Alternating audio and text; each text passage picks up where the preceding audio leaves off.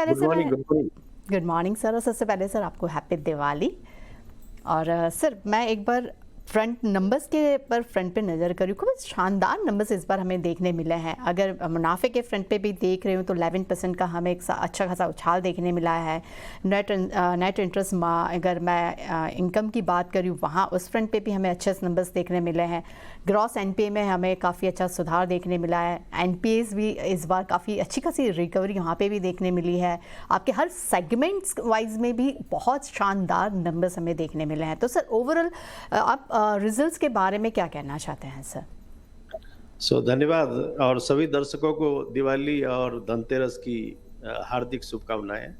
और जैसा कि आपने ज़िक्र किया, हमारा जो ये जो Q2 जो कंसिस्टेंसी है, जो हमने Q1 में रखा था, वही कंसिस्टेंसी अभी भी रखा है और जो हमने गाइडेंस दिया था पीछे, एंड हम लोग we are on course on the guidelines.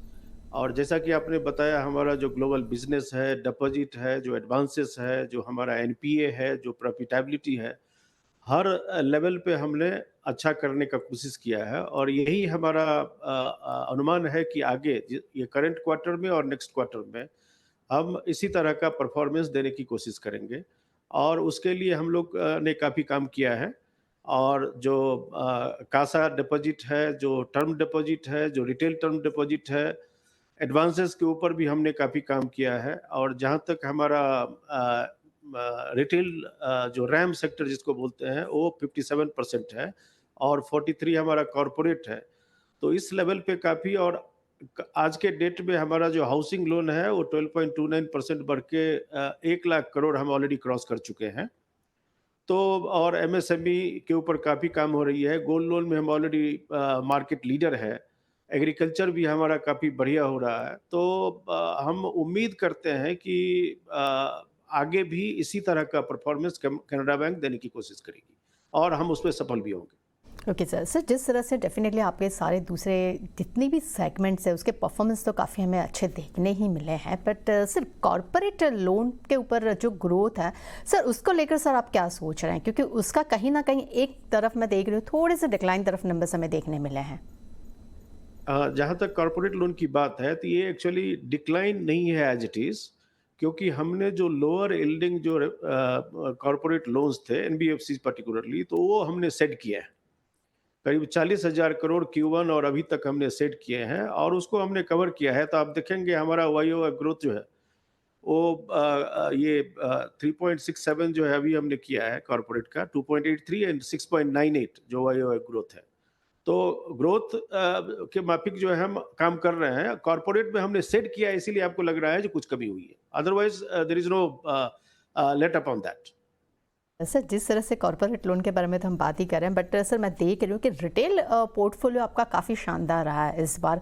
अगर मैं क्वार्टरली ईयरली दोनों ही नंबर्स काफ़ी अच्छे हमें मुनाफे की तरफ देखने मिले हैं सर। तो उसके सर क्या रीजंस है और आगे उसके लिए आप क्या अपॉर्चुनिटी देख रहे हैं सर? जहाँ तक रिटेल की बात है, तो रिटेल में जो हमारा ग्रोथ जैसा कि आप देख रहे हैं 31.27%। हमने कुछ सेक्टर्स में रिजेक्ट किए हैं। हमारा हाउसिंग लोन बहुत बढ़िया कर रहा है, दैट इज 12.29% जो है हम लोग ग्रोथ कर रहे हैं। और रिटेल ओवरऑल 11.54 और 5,76,000 करोड़ का हो गया है। हमने जो पोर्टफोलियो रिजेक्ट किए, क्योंकि गोल्ड लोन पहले हम एग्री गोल्ड लोन करते थे मेट्रो और अर्बन एरियाज में भी, तो अभी हमने मेट्रो में रिटेल गोल्ड लोन का एक प्रोडक्ट लॉन्च किया है और वो काफ़ी हिट रहा है। हमने करीब 25 से 30,000 करोड़ जो है इस 6 महीने में उसमें ग्रॉस किया है। तो दैट वे हमारा जो ये पोर्टफोलियो है रिटेल गोल्ड लोन का, और with in the parameters of set by the RBI, और हम लोग काफ़ी उसके ऊपर संजीदा रहते हैं हमेशा।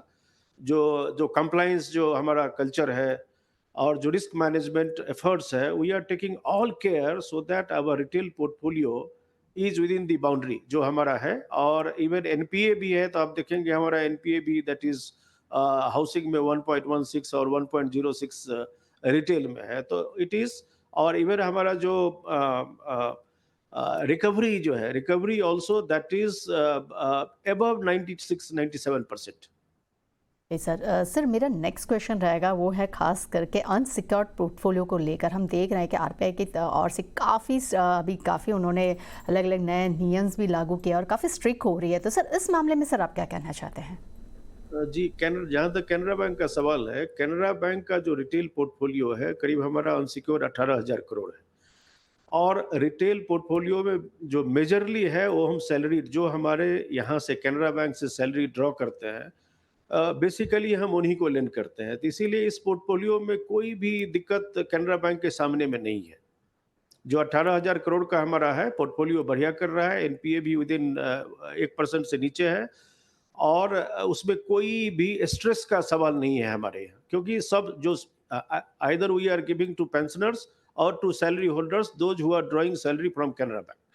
तो ये दोनों लोग हमारे जो है बहुत पुराने कस्टमर्स हैं जिन्हीं को हम देते हैं, और जो हमारा अनसिक्योर्ड अदर देन वो है वो 5-6 हजार करोड़ का कार्य। Okay sir. सर मेरा लास्ट क्वेश्चन आपसे ये जानना रहेगा कि सर ओवरऑल FY25 में क्या आप कोई नई सब्सिडरीज के प्लान्स की योजना बना रहे हैं? ऐसा कुछ प्लान्स है आपका? नहीं, अभी तो कोई सब्सिडरी का ऐसा प्लान नहीं है, और हमारी जो अभी एग्जिस्टिंग सब्सिडरी है उसी में हम लोग वैल्यू क्रिएशन में लगे हुए हैं, and we are going to list 2 of our subsidiary in the last quarter of this fiscal year और may be in the next fiscal year. इस तरह का हमारा उसके ऊपर इशारा है। सर हमारे साथ जुड़ने के लिए और काफ़ी डिटेल्स हमारे साथ शेयर करने के लिए, और सर नेक्स्ट क्वार्टर के लिए भी सर आपको ऑल द बेस्ट।